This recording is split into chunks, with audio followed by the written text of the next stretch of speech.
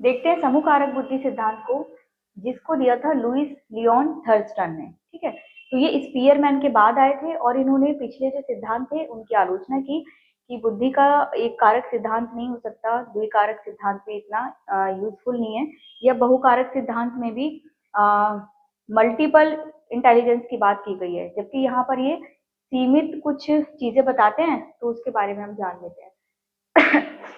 ये कहते हैं कि बुद्धि सामूहिक योग्यताओं के अनेक समूहों का योग है। ये बोलते हैं कि बुद्धि में कुछ ग्रुप होते हैं, है ना, एबिलिटीज के, योग्यताओं के, और उन ग्रुप के भी अनेक समूहों का योग है। यानी कि समूह की योग्यता, यानी कि योग्यताओं का एक समूह है और ऐसे कई समूह हैं, और उन सबका योग किसको कहा गया है? बुद्धि को कहा गया है।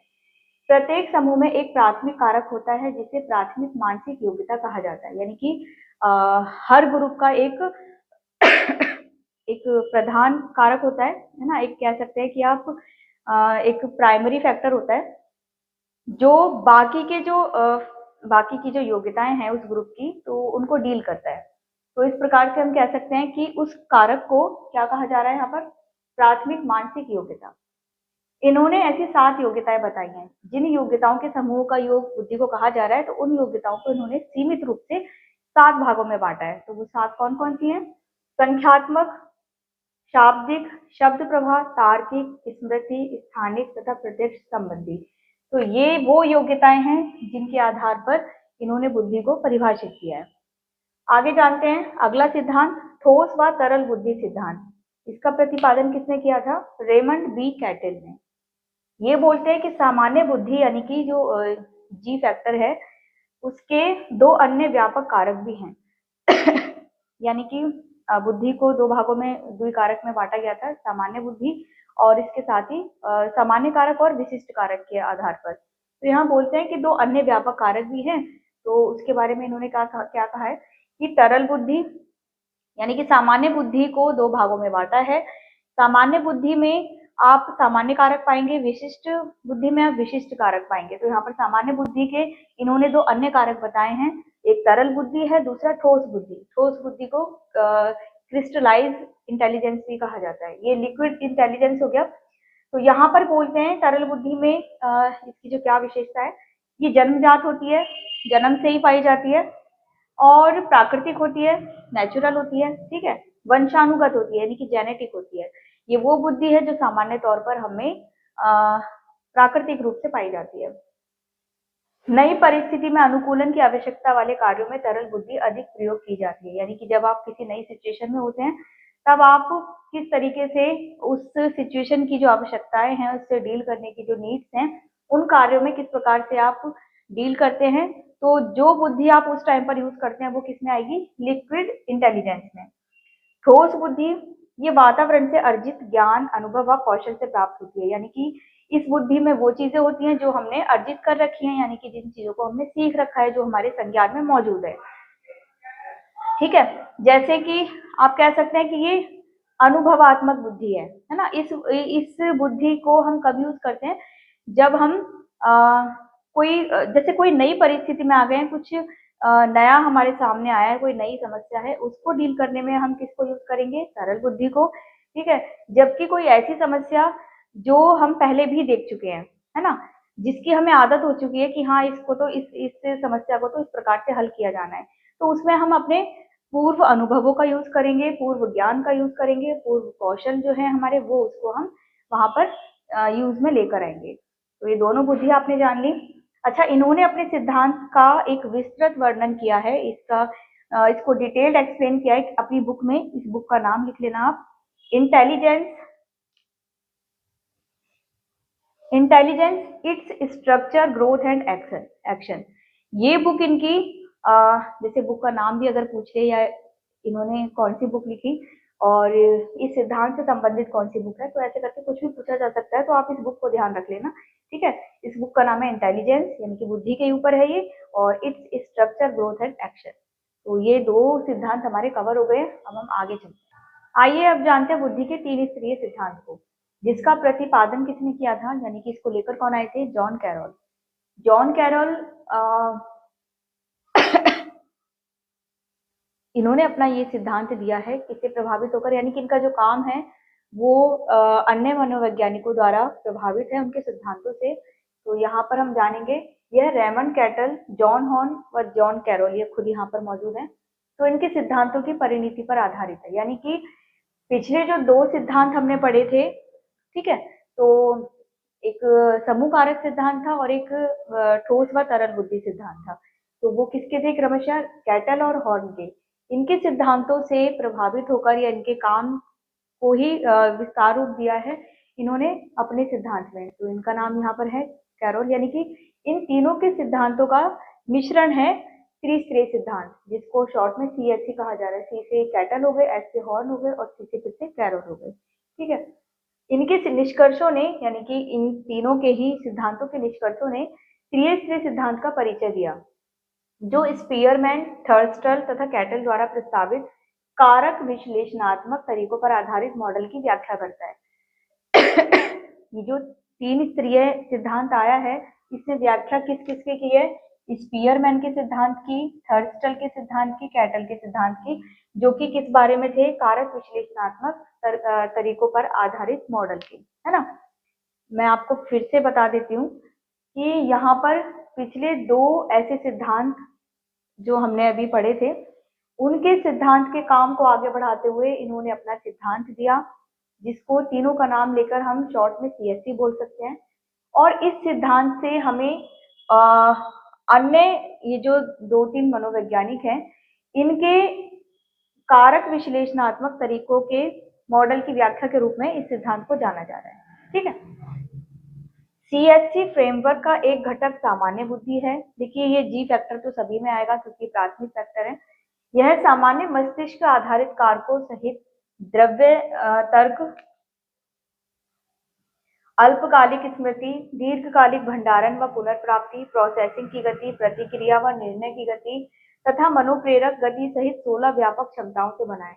यानी कि ये जो CSC फ्रेमवर्क है, ये जो त्रिस्तरीय मॉडल है, इसमें कितनी चीजें दे रखी हैं? 16 चीजें, 16 क्षमताएं दे रखी हैं। उन 16 क्षमताओं का जो आधार है वो यहाँ पर नाम लिख रखा है, तो इनको आप याद रखना कि इसमें अल्पकालिक स्मृति भी है, दीर्घकालिक भंडारण व पुनर्प्राप्ति भी है, प्रोसेसिंग की गति है, चीजें दिमाग में किस प्रकार से प्रोसेस करती हैं, उनकी स्पीड क्या होती है, ठीक है, और प्रतिक्रिया किस प्रकार से देते हैं, निर्णय किस प्रकार से लेते हैं, उसकी हमारी स्पीड क्या है। तो वो सारी चीजें मिलकर 16 क्षमताओं से ये सिद्धांत जो है 3 स्तरों में विभाजित है। यह सिद्धांत 3 स्तरों में बुद्धि की संरचना को दर्शाता है। यहाँ पर 3 लेवल्स दिखाए गए हैं। हमारी जो इंटेलिजेंस स्ट्रक्चर है उसमें 3 स्टेजेस या 3 लेवल्स हैं।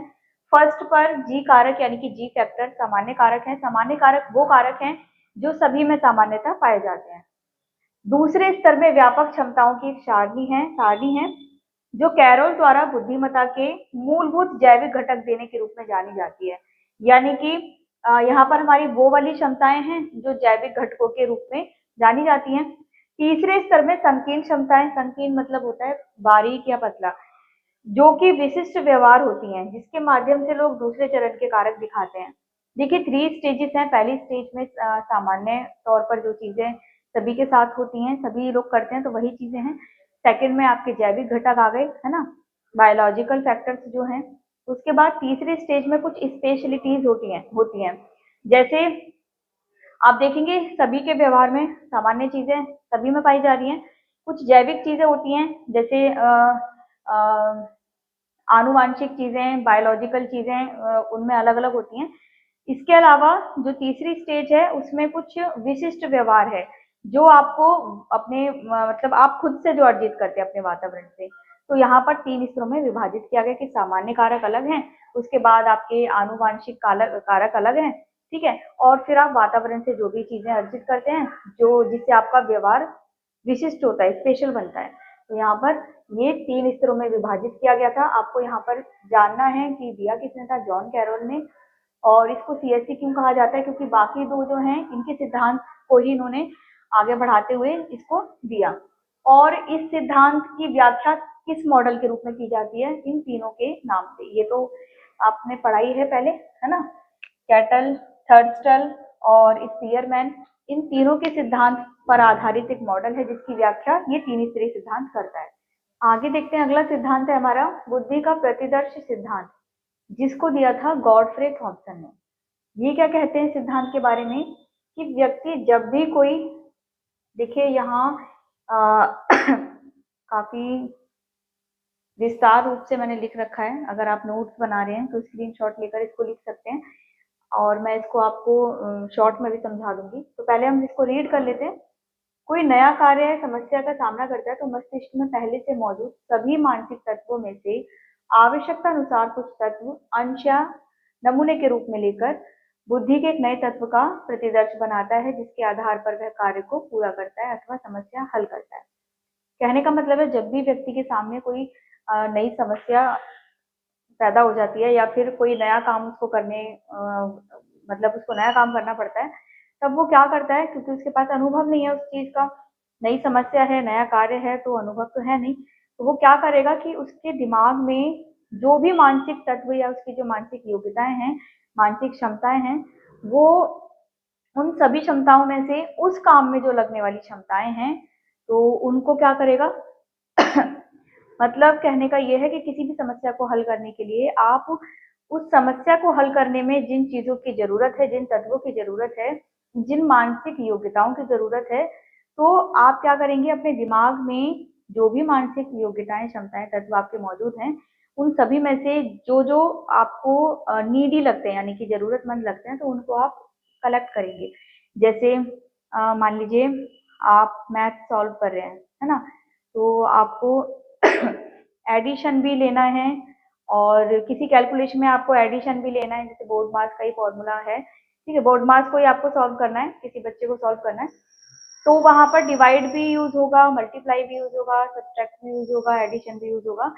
तो उसके मानसिक उसके दिमाग में जो मानसिक योग्यताएं, क्षमताएं, तत्व मौजूद हैं, उनके आधार पर वो क्या करेगा, क्योंकि ये चारों भागों में अलग अलग होंगी, तो डिवाइड का क्या कॉन्सेप्ट है ना, कौन सी चीज पहले की जाएगी, तो जो भी चीजें उसके दिमाग में पहले से मौजूद हैं और वो नई समस्या के हल में काम आ सकती हैं, तो वो क्या करेगा, उन सभी तत्वों में से कुछ कुछ तत्व लेगा जितने भी जरूरत है, ठीक है, और फिर उससे एक नए प्रतिदर्श, एक नए मॉडल का, एक नए नमूने का निर्माण करेगा और उस नमूने से वो अपनी समस्या या नया काम है उसको पूरा करेगा। एक बार फिर से बता देती हूँ, जब भी व्यक्ति के सामने कोई नई सिचुएशन फंस जाती है या फिर नया कुछ काम करना पड़ता है या फिर कुछ मतलब कुछ नया करना पड़ रहा है जिसके लिए उसके पास पूर्व अनुभव नहीं है, तो वो क्या करेगा, पूर्व अनुभव नहीं है लेकिन पूर्व उसके पास मानसिक योग्यताएं तो हैं, अब हल करने में जो भी चीजें उसके काम आने वाली हैं वो उसके दिमाग में मौजूद हैं, ठीक है, तो वो जहां जहां से जो जो चीजें मौजूद हैं, जो जो चीजें उसको लेनी है, जितनी मात्रा में लेनी है, तो उतनी मात्रा में लेकर अब वो फाइनली एक नया मॉडल तैयार करेगा कि मुझे ये चीज इसमें हेल्प करेगी, ये चीज हेल्प करेगी, ये चीज हेल्प करेगी, तो कुल मिलाकर उसने सभी का कलेक्शन कर लिया। उस कलेक्शन को हम क्या कह रहे हैं, प्रतिदर्श। प्रतिदर्श यानी कि सैंपल, नमूना या मॉडल। अब उस नया प्रतिदर्श, अब ये भी तो दिमाग में फिट हो जाएगा, तो कहने का मतलब है कि एक मानसिक तत्व उसने नया निर्माण कर लिया, एक नए मानसिक तत्व का निर्माण किया, एक नई मानसिक योग्यता का निर्माण किया जो कि उसकी पूर्व मानसिक योग्यताओं के कलेक्शन से बनी है। तो अब इस मानसिक योग्यताओं को वो यूज करेगा किसमें, वो यूज करेगा अपनी समस्या को हल करने में या उस काम को पूरा करने में। तो ये एक कारक दुई कारक पर बात ना करके ये कहते हैं कि जो भी आपके दिमाग में मानसिक योग्यताएं हैं, क्षमताएं हैं, तत्व हैं, ठीक है, तो तीनों को अलग अलग जगह अलग अलग बोला जा रहा है लेकिन एक ही चीज है। तो इनमें से आप क्या करोगे, आपको जितनी भी जिस चीज की आवश्यकता है आप उस चीज को लोगे और वहां से अपनी जो भी आपका आगे का प्रोसेस है उसको कंप्लीट करोगे। तो ये नमूना सिद्धांत भी कहा जाता है और किस बेस पर कहा जाता है तो वो मैंने बता दिया, क्योंकि नमूना बनाया जाता है, ठीक है, सभी में से थोड़े थोड़े अंश लिए जाएंगे, उससे एक नमूना बनाया जाएगा और फिर हम अपने अपने कार्य को पूरा करेंगे। इसी कारण से सैम्पलिंग थ्योरी भी कहा जाता है। यहाँ लिखा भी है कि अर्थात व्यक्ति का प्रत्येक कार्य निश्चित योग्यताओं का एक प्रतिदर्श होता है, यानी कि आपके दिमाग में जो समस्त योग्यताएं हैं उनसे आपने कुछ कुछ अंश लिए और एक निश्चित योग्यता बनाई और उसी के मॉडल के रूप में आप अपने कार्य को पूरा कर रहे हैं। तो ये सिद्धांत इस बारे में हमें बता रहा है और इसी सारी चीज को मैंने थोड़ा सा यहाँ पर और दूसरी परिभाषा में लिख दिया है कि मतलब आप समझ सकते हैं कि ये सारी जो कहानी थी, ये सारी कहानी को थोड़े कम शब्दों में मैंने यहाँ लिख दिया है, आपको जो भी ठीक लगे, बाकी ये भी आपको समझ में आएगा, लेकिन ये थोड़ा सा विस्तार रूप है। किसी भी विशेष कार्य को पूरा करने में व्यक्ति अपनी समस्त मानसिक योग्यताओं में से कुछ का प्रतिदर्श के रूप में चुनाव कर लेता है, यानी कि जितनी भी उसके दिमाग में मेंटल एबिलिटीज हैं, तो उन सभी में से उसने कुछ कुछ चीजें चूज की और उसके आधार पर वो अपना काम पूरा कर लेता है। तो इस सिद्धांत को इसीलिए न्यादर्श या प्रतिदर्श सिद्धांत कहा गया, नमूना सिद्धांत, सैम्पलिंग थ्योरी। ठीक है, तो ये किसके बारे में था? गॉडफ्रे थॉमसन के बारे में। आइए अब जानते हैं जेपी गिलफोर्ड के 3 आयामी सिद्धांत के बारे में। इस सिद्धांत को 3 आयामों में वर्गीकृत किया गया, यानी कि जो भी बौद्धिक विशेषताएं हमारी, वो कितने भागों में बांटी गई हैं? 3 भागों में। पहला है संक्रियाएं, दूसरा विषय वस्तु और तीसरा है उत्पाद। अब इसमें क्या, इनमें क्या क्या दे रखा है? मानसिक संक्रियाएं, संक्रियाएं या मानसिक संक्रियाएं वे सभी बौद्धिक क्रियाएं हैं जो किसी उद्देश्य के लिए की जाती हैं, जैसे स्मृति, चिंतन, मूल्यांकन। जब हम किसी चीज का स्मरण करते हैं, अपनी बौद्धिक क्रिया कर रहे होते हैं, तो वो किसके अंतर्गत आएगा? संक्रियाओं के अंतर्गत। हम किसी चीज के बारे में चिंतन कर रहे हैं, तो वो भी किसमें आएगा? यानी कि जो भी हमारी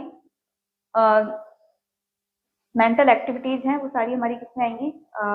मेंटल ऑपरेशन में। विषय वस्तु, विषय वस्तु वो है कि हम किस चीज के बारे में बौद्धिक क्रिया कर रहे हैं। वे सूचनाएं या सामग्री जिस पर व्यक्ति बौद्धिक क्रियाएं करता है, जैसे प्रतीकात्मक, व्यवहारात्मक, श्रवणात्मक या दृश्यात्मक। माना कि इसका मतलब है कि आप किसी चीज के बारे में चिंतन तो कर रहे हैं, लेकिन चिंतन किस उपलक्ष्य में कर रहे हैं, क्या उद्देश्य है आपका, तो वो विषय वस्तु क्या है जिसके बारे में आप चिंतन कर रहे हैं, कंटेंट क्या है। तो प्रतीकात्मक है, यानी कि आप किसी संख्या के या फिर किसी सिंबल के बारे में, सिंबॉलिक चीजों के बारे में चिंतन कर रहे हैं या फिर स्मरण कर रहे हैं या उनका मूल्यांकन कर रहे हैं। व्यवहारात्मक हो गया, आप किसी बिहेवियर के बारे में कोई चीज अपनी दिमाग में लेकर आए हैं, तो कोई बौद्धिक क्रिया उसके उपलक्ष्य में कर रहे हैं। इसी प्रकार से देखने या सुनने संबंधी कोई चीज है, तो यानी कि वो विषय वस्तु जिसके लिए आप कोई बौद्धिक क्रिया कर रहे होते हैं। तो ये 2 चीजें क्लियर हुई। तीसरा है उत्पाद, वह स्वरूप जिसमें व्यक्ति सूचनाओं का प्रक्रमण करता है, जैसे कि इकाई, वर्ग, व्यवस्था। यानी कि जो भी इंफॉर्मेशन आपके दिमाग में है, वो किस प्रोसेस में चल रही है, यूनिट में चल रही है, ग्रुप में चल रही है, मैनेजमेंट क्या है इसका। फाइनल जो फॉर्म है वो किसकी है? वो तीसरे की है, उत्पाद की। अच्छा, इनके वर्गीकरण में 6x5x6 वर्ग बनते हैं। ये एक मॉडल को प्रस्तुत करते हैं। अपने 3 आयामों को इन्होंने एक मॉडल के रूप में प्रस्तुत किया है, जिसमें 6 गुणा 5 गुणा 6 यानी कि 6 पंजे 30, 180 वर्ग बनेंगे। एक स्क्वायर शेप्ड मॉडल है, ठीक है, और उसमें इन्होंने इन भागों को मतलब इस रूप में उसको दर्शाया है। तो इस प्रकार से 180 प्रकोष्ठ या बॉक्स कह सकते हैं आप, तो वो बनेंगे उसमें, है ना। और इसके साथ ही प्रत्येक प्रकोष्ठ या प्रत्येक बॉक्स में, कॉलम में योग्यता के कम से कम एक कारक तथा कुछ में एक से अधिक कारक भी पाए जाते हैं। इन्होंने जो भी हमारी एबिलिटीज होती हैं, उनको एक मॉडल के रूप में प्रस्तुत किया है, प्रेजेंट किया है। और इस प्रकार से कम एक कारक तो आपको देखने को मिलेगा किसमें? एक बॉक्स में। किसी किसी में एक से अधिक देखने को मिलेगा। तो प्रत्येक कारक का वर्णन किस आधार पर किया गया? 3 विमाओं के आधार पर, यानी कि 3 विमाएं हैं, 3 वॉल्स हैं, जिनमें इन्होंने 6x5x6 के आधार पर वर्ग बनाए हैं। इस प्रकार से 180 वर्ग होते हैं। और इन वर्गों को बताया गया कि प्रत्येक वर्ग में, यानी कि प्रत्येक बॉक्स में एक कारक होगा। बौद्धिक ये जो योग्यता है हमारी, वो कम से कम एक तो होगी, किसी किसी में एक से अधिक होगी।